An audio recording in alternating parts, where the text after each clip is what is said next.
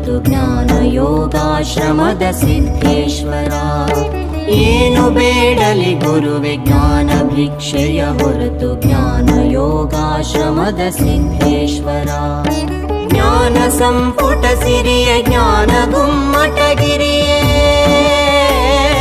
ಜ್ಞಾನ ಸಂಪುಟ ಸಿರಿಯ ಜ್ಞಾನ ಗುಮ್ಮಟಗಿರಿಯ ಜ್ಞಾನಧಾರೆಯ ಹರಿಸು ಜ್ಞಾನೇಶ್ವರ, ಜ್ಞಾನಧಾರೆಯ ಹರಿಸು ಜ್ಞಾನೇಶ್ವರ. ಏನು ಬೇಡಲಿ ಗುರುವೆ ಜ್ಞಾನ ಭಿಕ್ಷೆಯ ಹೊರತು ಜ್ಞಾನ ಯೋಗಾಶ್ರಮದ ಸಿದ್ಧೇಶ್ವರ. ಏನು ಬೇಡಲಿ ಗುರುವೆ ಜ್ಞಾನ ಭಿಕ್ಷೆಯ ಹೊರತು ಜ್ಞಾನ ಯೋಗಾಶ್ರಮದ ಸಿದ್ಧೇಶ್ವರ, ಜ್ಞಾನ ಯೋಗಾಶ್ರಮದ ಸಿದ್ಧೇಶ್ವರ. ಭೂಮಿ ಮೇಲೆ ಕತ್ತಲಿ ಹೋಗಬೇಕಾದ್ರೆ ಸೂರ್ಯ ಬರಬೇಕು. ಮನೆಯೊಳಗಿನ ಕತ್ತಲಿ ಅಳಿಬೇಕಾದ್ರೆ ಒಬ್ಬಕ್ಕೆ ತಾಯಿ ದೀಪ ಹಚ್ಚಬೇಕು. ನಮ್ಮ ಮನಸ್ಸಿನೊಳಗಿರುವಂಥ ಕತ್ತಲೆ ಅಳಿಬೇಕಾಗಿತ್ತು ಅಂದ್ರೆ ಸಿದ್ದೇಶ್ವರಪ್ಪಳ ಜ್ಞಾನದ ಮಾತು ಕೇಳಬೇಕು ಜೀವನದಲ್ಲಿ.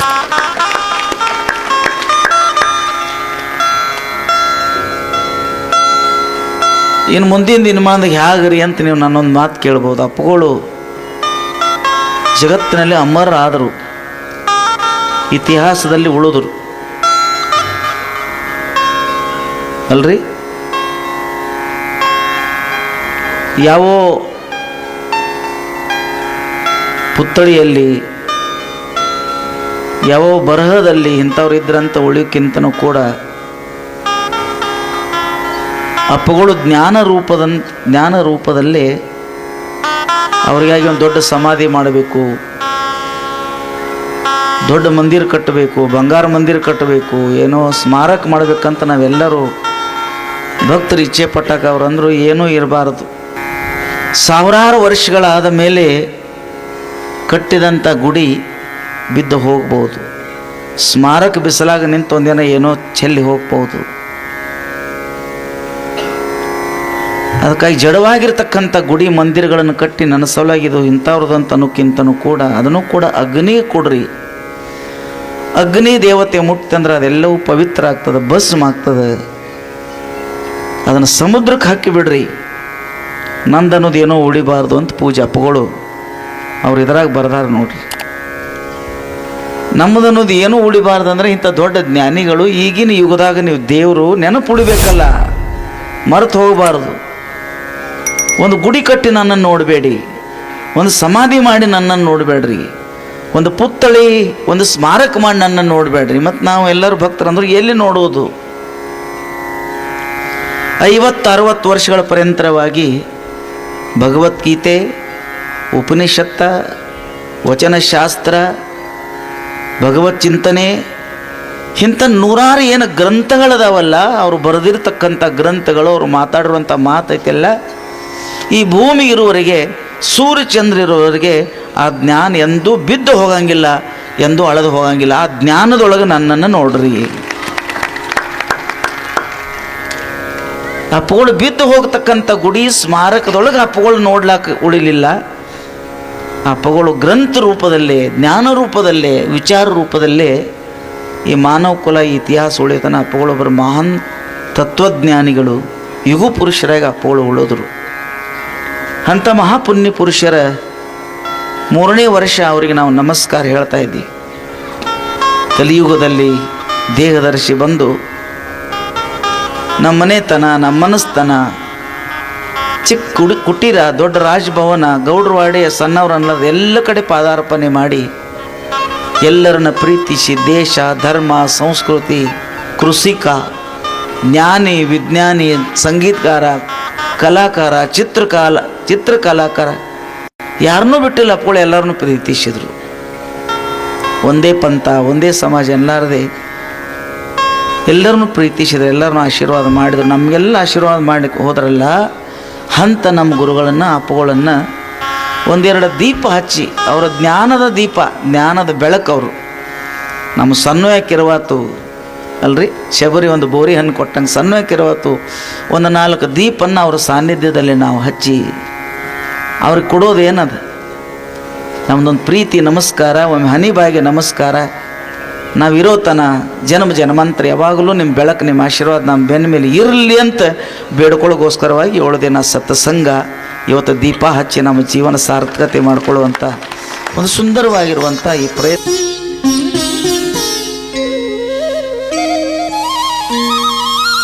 ಎಲ್ಲ ಪೂಜ್ಯರಲ್ಲಿ ತಮ್ಮೆಲ್ಲರಲ್ಲಿ ಪ್ರಣಾಮಗಳು. ಜಗತ್ತು ಎಷ್ಟು ಸುಂದರವಾಗಿದೆ, ಅಷ್ಟೇ ಅದು ನಿಯಮಿತವಾಗಿ ನಡೀತಾ. ಸೂರ್ಯ ಹುಟ್ಟುವಾಗ ಹುಟ್ಟುತ್ತಾನೆ, ಮುಳುಗುವಾಗ ಮುಳುಗ್ತಾನೆ. ಭೂಮಿ ಸರಿಯಾಗಿ ಕ್ಷಣ ಕ್ಷಣ ತಪ್ಪದ ಹಾಗೆ ತಿರುಗ್ತದೆ. ವರ್ಷದ ತುಂಬ ಗಾಳಿಗಳು ಬೀಸ್ಕೋತಿರ್ತಾವ. ಎಷ್ಟು ಚೆನ್ನಾಗಿದೆ. ಇಲ್ಲಿ ಶಿಸ್ತು ಅದ, ಒಂದು ಕ್ರಮಬದ್ಧತೆ ಅದ. ಇಷ್ಟು ಚೆನ್ನಾಗಿದೆ. ಮತ್ತು ಸಣ್ಣದಲ್ಲ, ಬಹಳ ದೊಡ್ಡದು. ಎಷ್ಟು ದೊಡ್ಡದು ಜಗತ್ತು ಅಂತ ನಾವು ಶೋಧ ಮಾಡಿದರೂ ಅಥವಾ ಕಲ್ಪನೆ ಮಾಡಿದರೂ ಕಲ್ಪನೆಗೆ ನಿಲುಕೋದಿಲ್ಲ, ಅಷ್ಟು ದೊಡ್ಡದು. ಅದರಲ್ಲಿ ನಮ್ಮದೊಂದು ಭೂಮಿ, ಅದರಲ್ಲಿ ನಮ್ಮದೊಂದು ಪ್ರದೇಶ. ಇಂಥ ಅದ್ಭುತವಾದ ಜಗತ್ತದಲ್ಲ, ಇದನ್ನು ಯಾರು ರೂಪಿಸಿದರು? ಇದಕ್ಕೆ ಇಷ್ಟು ಚೆನ್ನಾದ ಒಂದು ರಚನೆ, ಇದರ ರಚನೆಯನ್ನು ಮಾಡಿದರು. ಎಷ್ಟು ಆಶ್ಚರ್ಯ. ಈಗ ದೇಹಗಳನ್ನು ತಾವು ತಗೊಳ್ಳಿ, ಎಷ್ಟು ಚಲೋ ದೇಹಗಳಾಗ್ಯಾವ. ಇದ ಮಣ್ಣ, ಇದ ನೀರ, ಇವುಗಳಿಂದಲೇ ಇಂಥ ಸುಂದರ ದೇಹ ಮತ್ತು ಚಲನಶೀಲ ಜೀವಂತ ದೇಹ ನಿರ್ಮಾಣ ಆಗ್ಯಾವ. ಹೇಗಾಗಿರಬೇಕು? ಇಲ್ಲೆಲ್ಲ ಗಿಡಗಳದಾವ, ಎಷ್ಟು ಚೆನ್ನಾಗಿ ಬೆಳೀತಾವ. ಬೇರ, ಕಾಂಡ, ಎಲೆಗಳು ಎಷ್ಟು ಚಲೋ ಕೆಲಸ ಮಾಡ್ತಾವ. ಇದನ್ನೆಲ್ಲ ರೂಪಿಸಿದ್ದು ಹೇಗೆ ಅನ್ಸೋದಿಲ್ಲ? ಒಂದು ಯಾವುದರೇ ಸುಂದರ ಚಿತ್ರ ನೋಡ್ದೇವಿ ಅಂದರೆ ಇದ್ಯಾರಪ್ಪ ಈ ಚಿತ್ರ ಬರೆದವರು ಅಂತ ನಮಗೆ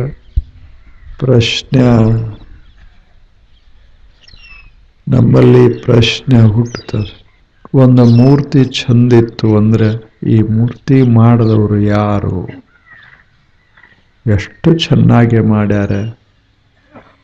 ಕಲ್ಲು ತಾನೇ ಮೂರ್ತಿ ಆಗ್ತದೇನು? ಚಿತ್ರಗಳು ತಾನೇ ಮೂಡ್ತಾವೇನು? ಇಲ್ಲ. ಚಿತ್ರ ಇರಬೇಕಾದ್ರೆ ಒಬ್ಬ ಚಿತ್ರ ಬರೆಯಬೇಕಾಗ್ತದೆ.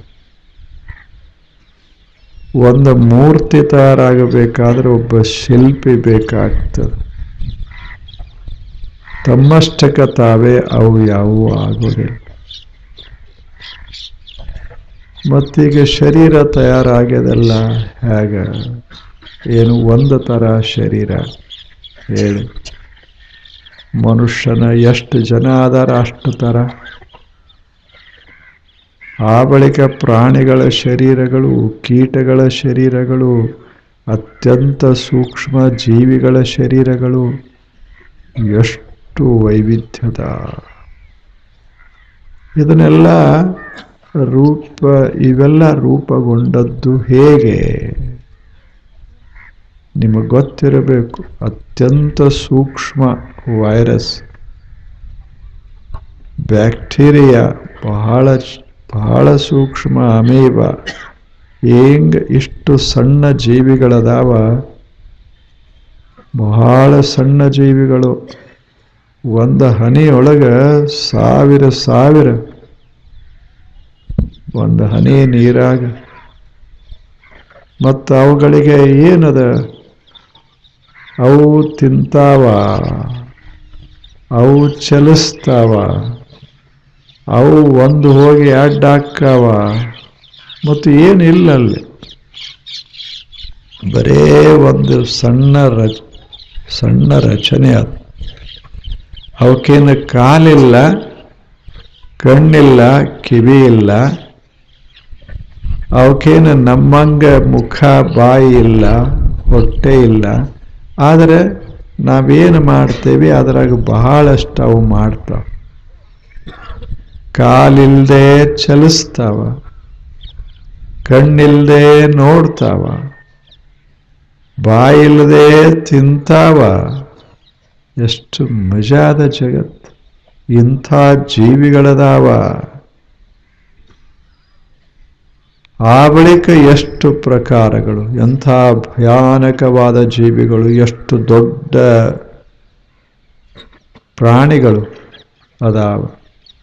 ನಾವು ಅದರಾಗ ಒಂದಿಷ್ಟು ಬಂದೇವಿ, ನಡುವಾಯಿಗೆ ಬಂದೇವಿ. ನಾವು ಅಷ್ಟು ದೊಡ್ಡವರು ಅಲ್ಲ, ಅಷ್ಟು ಸಣ್ಣವರು ಅಲ್ಲ, ಮಧ್ಯ. ಆದರೆ ಬುದ್ಧಿ ಎಷ್ಟು ಅದ್ಭುತದ, ಎಂಥ ಬುದ್ಧಿ ಅದ. ಇದನ್ನೆಲ್ಲ ರೂಪಿಸಿದವರು ಯಾರು? ಇದು ಪ್ರಶ್ನೆ. ಇದನ್ನು ಕೇಳಿದವರು ಋಷಿಗಳು ಅರಣ್ಯದಾಗ ವಾಸ ಮಾಡ್ತಿದ್ರು. ಅಲ್ಲೇ ಬೆಳಿಗ್ಗೆ ಇದೇ ಸಮಯಕ್ಕೆ ಸ್ನಾನ ಮಾಡಿ ಬಂದು ಗಿಡದ ಕೆಳಗೆ ಕಟ್ಟಿ ಮೇಲೆ ಕೂತು ಎದುರಿಗೆ ಅನೇಕ ಮಕ್ಕಳು ಅವರಿಗೆ ಉಪದೇಶ ಮಾಡ್ತಿದ್ರು. ಆ ಮಕ್ಕಳ ಪ್ರಶ್ನೆಗಳನ್ನು ಕೇಳ್ತಿದ್ರು.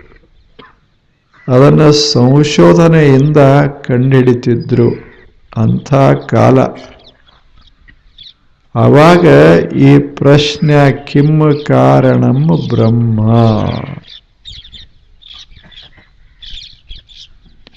ಈ ಪ್ರಶ್ನೆ ಕೇಳಿದ್ರು. ಯಾವುದು ಕಾರಣ ಇದಕ್ಕೆಲ್ಲ? ಬ್ರಹ್ಮ ಅಂದರೆ ಈ ಬೃಹತ್ತಾದ ಜಗತ್ತದಲ್ಲ, ಇದಕ್ಕೆಲ್ಲ ಕಾರಣ ಯಾರು? ಕಿಮ್ ಕಾರಣಂ ಬ್ರಹ್ಮ, ಯಾವುದು ಕಾರಣ? ಚಲೋ ಇಲ್ಲ ಪ್ರಶ್ನೆ ಕೇಳಬೇಕು. ಇದೆಲ್ಲ ಮಣ್ಣದ, ನೀರದ, ಗಾಳದ ಎಲ್ಲ ಹೇಗೆ? ಇದಕ್ಕೆ ಕಾರಣ ಏನು? ಇವೆಲ್ಲ ತಮ್ಮಷ್ಟಕ್ಕೆ ತಾವ ಆಗ್ತವೇನು? ತಮ್ಮಷ್ಟಕ್ಕೆ ತಾವ ಏನಾದರೂ ಈ ಟೇಬಲ್ ಪಾಬಲ್ ತಯಾರಾಗ್ತವೇನು? ಆಗೋದಿಲ್ಲ. ಯಾರೇ ಒಬ್ಬರು ರೂಪ ಕೊಡಬೇಕಾಗ್ತದೆ. ಯಾರು ರೂಪ ಕೊಡ್ತಾರ ಅವರು ಪರಮ ಜ್ಞಾನವುಳ್ಳವರಿರಬೇಕಾಗ್ತದೆ. ಇದಕ್ಕೆಲ್ಲ ಜ್ಞಾನ ಬೇಕು. ಇಂಥ ಅದ್ಭುತ ಜಗತ್ತನ್ನ ಮಾಡಬೇಕಾದರೆ ಎಷ್ಟು ಜ್ಞಾನ ಬೇಕಾಗ್ತದೆ. ಜ್ಞಾನ ಅಪರಿಮಿತ ಬೇಕಾಗ್ತದೆ. ಜ್ಞಾನ ಸಾಗರವೇ ಬೇಕಾಗ್ತದೆ. ಅಂಥ ಜ್ಞಾನ ಸಾಗರ ಯಾವುದು? ಅಂಥ ಅನಂತವಾದ ಅಸ್ತಿತ್ವ ಯಾವುದು? ಅದಕ್ಕೆ ಶರಣರು ಹೇಳಿದರು. ಆ ಬಳಿಕ ಅವರು ಋಷಿಗಳು ಹೇಳಿದರು, ಇದರ ಹಿಂದೆ ಒಂದು ಯಾವುದೋ ಅಪ್ರತಿಮವಾದ ಶಕ್ತಿ ಅದ. ಅಪ್ರತಿಮ ಶಕ್ತಿ. ಅದು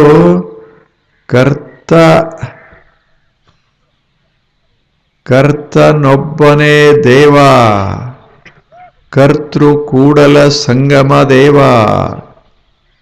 ಬಸವಣ್ಣ ಹೇಳಿದರು, ಕರ್ತೃ ಒಬ್ಬ ಅದಾನ. ಕರ್ತೃ ಇದನ್ನೆಲ್ಲ ಸುಮ್ಮನೆ ಹೀಗ ರೂಪ ಕೊಟ್ಟವ ಅವ ಬದಾನ. ಅವ ಹೆಂಗದಾನ? ಬಸವಣ್ಣ ಹೇಳ್ತಾರ, ಜಗದಗಲ ಮುಗಿಲಗಲ ಮಿಗೆಯಗಲ ನಿಮ್ಮಗಲ. ಅವ ಹೇಗದಾನಂದ್ರೆ ಬಹಳ ದೊಡ್ಡವ, ಇದಕ್ಕಿಂತ ವಿಸ್ತಾರ, ಅದಕ್ಕಿಂತಲೂ ವಿಸ್ತಾರ, ಆಕಾಶಕ್ಕಿಂತಲೂ ವಿಸ್ತಾರ. ಅಷ್ಟು ವಿಸ್ತಾರವಾದಂಥ ಒಂದು ಅದ್ಭುತ ಶಕ್ತಿ ಅದ, ಅದ್ಭುತ ತತ್ವ ಅದ. ಅಂಥ ತತ್ವವೇ ದೇವರು ಅಂತ. ಇದು ದೇವರು. ಅದು ಮನುಷ್ಯನಂಗಲ್ಲ. ಆಗಬೇಕಾದ್ರೆ ಕೈಯ ಕಾಲ ಎಲ್ಲ ಬೇಕಾಗ್ತವ. ದೇವನಿಗೆ ಕೈಯ ಕಾಲ ಎಲ್ಲಿ ಸಾಧ್ಯ? ಇಷ್ಟೆಲ್ಲ ಅದ್ಭುತವಾದದ್ದು. ಇದೆಲ್ಲ ಹೇಗೆ ನಿರ್ಮಾಣ ಆಯಿತು? ಸುಮ್ಮನೆ ಒಂದು ಸಂಕಲ್ಪ, ಜಗತ್ತೆಲ್ಲ ನಿರ್ಮಾಣ ಆಯಿತು. ಅಂಥ ಒಂದು ಅದ್ಭುತ ಶಕ್ತಿ. ಎಲ್ಲದಕ್ಕೂ ರೂಪ ಇರ್ತದೆ, ಶಕ್ತಿಗೆ ಯಾವ ರೂಪ ಇರ್ತದೆ ಹೇಳಿ? ಅದ ಮಣ್ಣಿಗೆ ರೂಪದ, ನೀರಿಗೆ ರೂಪದ, ಶಕ್ತಿಗೆ ಯಾವ ರೂಪದ? ಅದರಲ್ಲಿ ಭೌತ ಶಕ್ತಿ ಅದ, ಬೌದ್ಧಿಕ ಶಕ್ತಿ ಅದ. ಅದಕ್ಕೆ ಯಾವ ರೂಪ ಅದ? ರೂಪವೇ ಇಲ್ಲ. ದೇವನಿಗೆ ಯಾವ ರೂಪವೂ ಇಲ್ಲ, ಯಾವ ರೂಪವೂ ಇಲ್ಲ. ಜಗದಗಲ, ಇದೇನು ಜಗತ್ತದ ಅಲ್ಲ, ಎಂಥ ವಿಸ್ತಾರವಾದ ಜಗತ್ತು. ಎಷ್ಟು ದೊಡ್ಡದೋ ಅಷ್ಟು ದೇವ ದೊಡ್ಡವ. ಮುಗಿಲಗಲ, ಇದೆಲ್ಲ ಜಗತ್ತ ಮುಗಿಲಾಗದ, ಬಯಲಾಗದ. ಬಯಲು ಎಷ್ಟು ದೊಡ್ಡದೋ ಅಷ್ಟು ದೊಡ್ಡವ ದೇವರು. ಅದರ ಆಚೆ ಏನಾದರೂ ಇದ್ರೆ ಅದು ದೇವನೇ. ಅಂದ್ರೆ ವಿಸ್ತಾರವೇ ದೇವರು. ಏನದ ವಿಸ್ತಾರ, ಅದೇ ದೇವರು. ಈಗೇನು ನಾವು ನೋಡ್ತೇವೆ, ಇದೇನು ವಿಸ್ತಾರದ, ಇದ ದೇವರು. ಮತ್ತು ಏನು ಕಾಣಿಸ್ತದ ಅದು ಜಗತ್ತ. ನಮಗೇನು ಕಾಣಿಸ್ತದ ಅದೆಲ್ಲವೂ ಜಗತ್ತ. ದೇವ ಹಾಗಲ್ಲ, ಅವನಿಗೆ ದೇಹವಿಲ್ಲ, ದೇಹ ಇಲ್ಲ. ದೇಹ ಇತ್ತು ಅಂದ್ರೆ ಪರಿಮಿತ ಆಗ್ತದೆ. ಪರಿಮಿತ ಇದ್ದದ್ದು ಇಷ್ಟು ಅದ್ಭುತ ಜಗತ್ತನ್ನು ನಿರ್ಮಾಣ ಮಾಡೋದಿಲ್ಲ. ಅಂಥ ಅಪರಿಮಿತವಾದ ವಸ್ತುವೇ ದೇವರು. ಸಪರ್ಯಗಾತ್, ಆ ಋಷಿಯ ಮಕ್ಕಳಿಗೆ ಹೇಳ್ದ, ಸಪರ್ಯಗಾತ್, ದೇವರು ಅದಾನ, ಆತ ಇಲ್ಲ ಅಂತನ್ನೋದು ಒಂದು ಸ್ಥಳ ಇಲ್ಲ ಈ ವಿಶ್ವದೊಳಗೆ. ಒಳಗೇನು ಹೊರಗೇನು, ಇಲ್ಲಿ ಏನು ಅಲ್ಲಿ ಏನು, ಯಾವ ಭೇದವೂ ಇಲ್ಲದೆ ಅನಂತವಾಗಿ ಯಾವುದು ಅದ ದೇವರು. ಅದು ದೇವರು. ಇಂಥ ದೇವರು ಹೇಗದಾನ? ಬಣ್ಣ ಇಲ್ಲ, ಆಕಾರ ಇಲ್ಲ, ಯಾವ್ಯಾವುದು ಇಲ್ಲ. ಅದಕ್ಕೆ ದೇವರು ಅಂತ ಕರೆಯೋದು. ಅದು ಹೇಗದ? ಈಗದ ಅಲ್ಲ, ಕಾಲ ಅಂತದ. ಕಾಲ ಎಲ್ಲಿಲ್ಲ, ಕಾಲ ಎಲ್ಲಿಲ್ಲ. ಭಾರತ ದೇಶದೊಳಗೂ ಕಾಲದ, ಹೊರದೇಶದಾಗೂ ಕಾಲದ. ನೀವು ಎಲ್ಲಿ ಎಲ್ಲಿ ವಿಶ್ವದಲ್ಲಿ ಹೋಗ್ತಿರೋ ಅಲ್ಲೆಲ್ಲ ಕಾಲದ. ಆದರೆ ಕಾಲ ಯಾರೇ ನೋಡ್ಯಾರೇನು? ಕಾಲಿಗೆ ಕಾಲಗಳು ಕೈಗಳು ಅದಾವೇನು? ಮತ್ತು ಜಗತ್ತನ್ನೆಲ್ಲ ಏನ್ ಮಾಡ್ತದ ಕಾಲ? ಅದು ರೂಪ ಕೊಡ್ತಾ ಇರ್ತದ ಜಗತ್ತಿಗೆಲ್ಲ. ಇಷ್ಟು ಕೆಲಸ ಮಾಡುವಂಥ ಕಾಲ ಏನಂತ ಗೊತ್ತಿಲ್ಲ.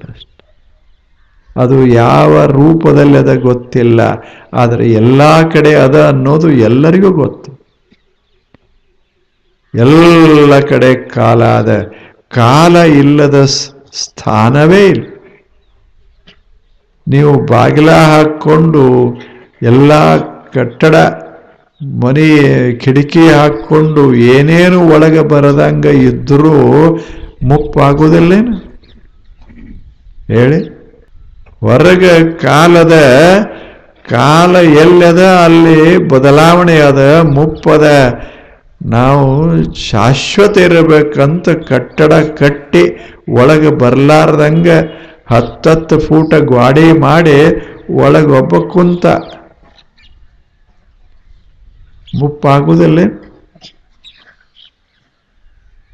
ಒಂದು 50 ವರ್ಷ ಕುಂತ ಹೊರಗೆ ಬಂದ, ಎಷ್ಟಾಗಿತ್ತು ಅವನ ವಯಸ್ಸು? 20ಕ್ಕೆ ಕೂತಿದ್ದ, 50 ವರ್ಷ ಕೂತಿದ್ದ, ಈಗ 70 ಆಗಿತ್ತು. ಮತ್ತು ಹೊರಗಿದ್ರೂ 70 ಆಗ್ತಿತ್ತು. ಕಾಲ ಅದನ್ನು ತಡಿಲಿಕ್ಕಾಗೋದಿಲ್ಲ. ಅದಕ್ಕೇನು ಗ್ವಾಡಿ ಪಾಡಿ ಯಾವುದೂ ಸಮಸ್ಯೆ ಇಲ್ಲ, ಅಷ್ಟು ಸೂಕ್ಷ್ಮ. ಹೇಗೆ ಕಾಲ ಇಡೀ ಜಗತ್ತಿನಲ್ಲೆಲ್ಲ ಹರಿಯದ, ಎಲ್ಲವನ್ನೂ ರೂಪಿಸ್ತಾದ. ಅದೇ ಕಾಲ ಅಲ್ಲೇನು? ಸಣ್ಣವ್ರನ್ನ ದೊಡ್ಡವ್ರನ್ನ ಮಾಡ್ತದ, ದೊಡ್ಡವ್ರನ್ನ ಮುಗಿಸೇ ಬಿಡ್ತದ. ಇದು ಕಾಲ. ಇದು ಕಾಲ. ಕಾಲ ಯಾವ ವಸ್ತುವನ್ನು ಸ್ಪರ್ಶಿಸದೇ ಇಲ್ಲ. ಇಂಥದೊಂದು ಜಗತ್ತಿನಾಗ ವಸ್ತು ಅದ, ಅಲ್ಲಿ ಕಾಲದ ಸ್ಪರ್ಶ ಇಲ್ಲ ಅಂತಿಲ್ಲ. ಎಲ್ಲ ಕಡೆ ಕಾಲ. ಆದರೆ ಯಾರು ನೋಡ್ಯಾರ?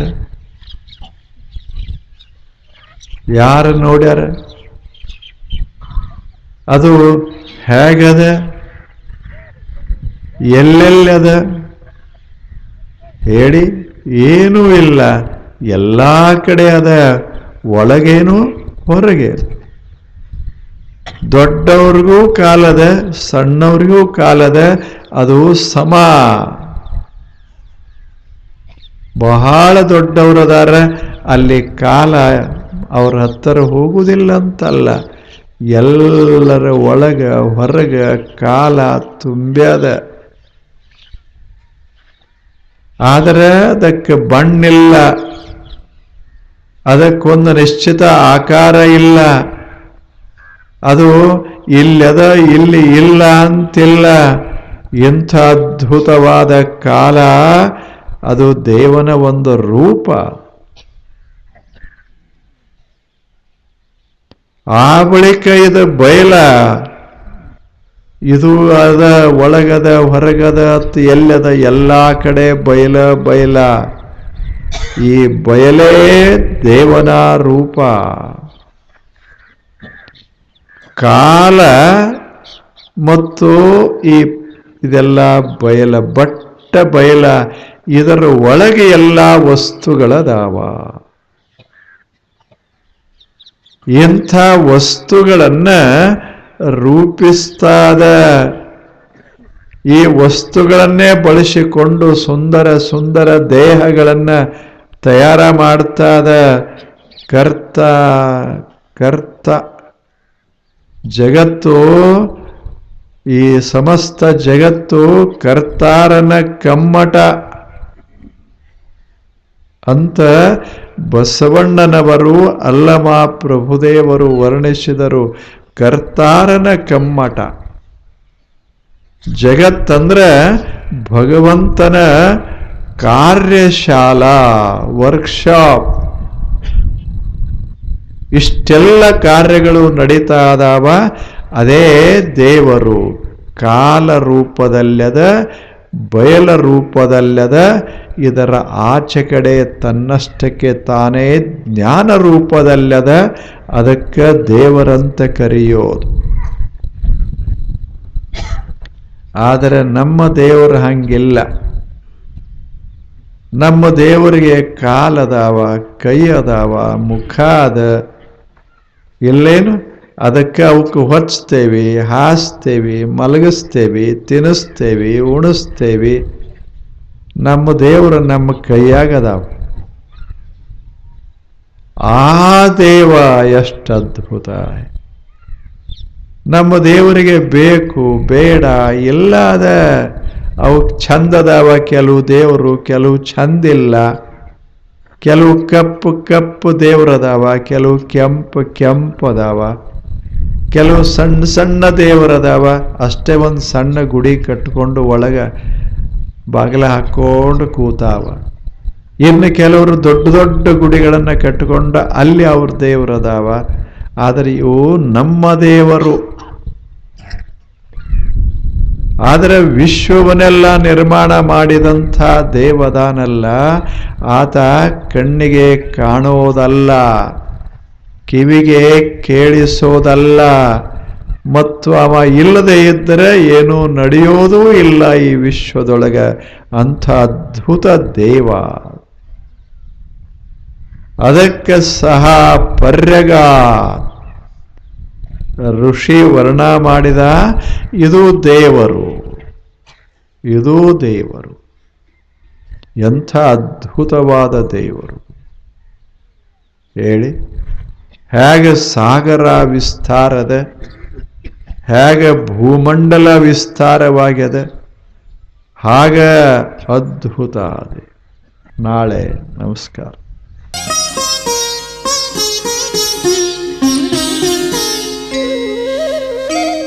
ಮಾಡೋದ್ಕಿಂತ ಅದನ್ನು ದಾನ ಮಾಡಿ ಕತ್ತಲಲ್ಲಿ ಕೂಡ್ತಿರುವ ಅಂಧರಿಗೆ ಒಂದು ಬೆಳಕು ನೀಡುವ ಒಂದು ಕಾರ್ಯ ಎಲ್ಲರೂ ಮಾಡ್ಬೇಕು. ಸಂಪೂರ್ಣವಾಗಿ ಹೋಗಿಲ್ಲ, 2 ಕಣ್ಣಲ್ಲಿ ಬಿಟ್ಟು ಹೋಗಿದ್ದಾನೆ, ನಮ್ಮನ್ನ ನೋಡ್ತಾ ಇದೆ. ಅದು 4 ಜನಕ್ಕೆ ಆಗಿದೆ. ಇದು ನಮ್ಗೆ ಒಂದು ಶಕ್ತಿ. ಇಲ್ಲಿ ಈ ಜಾಗ ಯಾಕೆ ಅಂದ್ರೆ 3 ಜನ, ನಮ್ಮ ಅಪ್ಪಾಜಿ, ಅಮ್ಮ, ನನ್ನ ತಮ್ಮ 3 ಜನ ಇಡೀ ಕುಟುಂಬದ ಸಮೇತ ಅವ್ರ ಕಣ್ಗಳನ್ನ ಇಲ್ಲಿ ಬಿಟ್ಟು ಹೋಗಿದ್ರೆ ಯಾವ ಅಭಿಮಾನಿ ದೇವರುಗಳು ಅದನ್ನ ನೋಡ್ತಾ ಇದ್ರೆ ನೀವೆಲ್ಲ ನೋಡ್ಬೋದು. ಅಪ್ಪಾಜಿ ಅವರು ಅವ್ರ ಸಿನಿಮಾ ಎಂಟರ್ ಆಗಿದೆ, ಬೇಡ ಕಣ್ಣಪ್ಪ ಇದ್ರೆ 2 ಕಣ್ಣನ್ನ ದೇವರಿಗೆ ದಾನ ಮಾಡ್ತಾರೆ. ಅವ್ರು ಹೋಗ್ತಾರೆ, 2 ಕಣ್ಣನ್ನ ಅಭಿಮಾನಿ ದೇವರುಗಳಿಗೆ ಕೊಟ್ಟು ಹೋಗ್ತಾರೆ.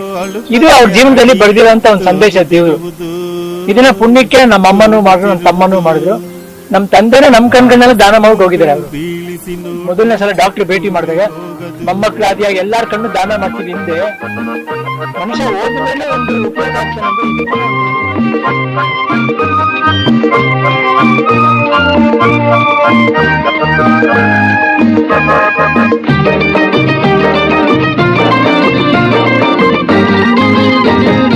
ನಲ್ಲಿಕಾಯಿ ಮರದಲ್ಲಿಟ್ಟನು ನಮ್ಮ ಶಿವ, ಕುಂಬಳಕಾಯಿ ಬಳ್ಳಿಲಿಟ್ಟನು. ನಲ್ಲಿಕಾಯಿ ಮರದಲ್ಲಿಟ್ಟನು ನಮ್ಮ ಶಿವ, ಕುಂಬಳಕಾಯಿ ಬಳ್ಳಿಲಿಟ್ಟನು. ಹೂವನ್ನು ಕಾಯಿ ಕೊಟ್ಟು ಜಗಳವಾಡ ಬುದ್ಧಿ ಕೊಟ್ಟು ಕಾಣದಂತೆ ಮಾಯವಾದನು. ನಮ್ಮ ಶಿವ ಕೈಲಾಸ ಸೇರಿಕೊಂಡನು.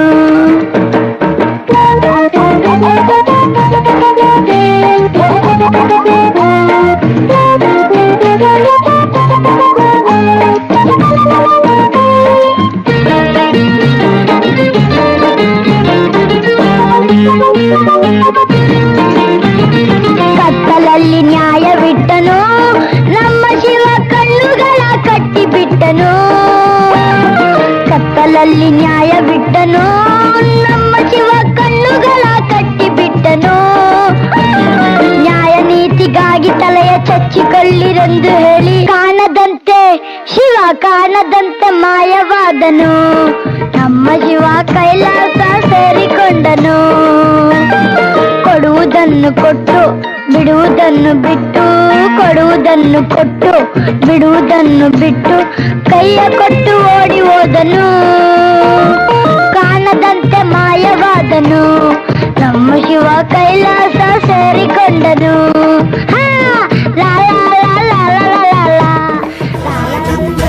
ಸ್ವಾಮಿ ವಿವೇಕಾನಂದ, ಸ್ವಾಮಿ ವಿವೇಕಾನಂದ, ಸ್ವಾಮಿ ವಿವೇಕಾನಂದ.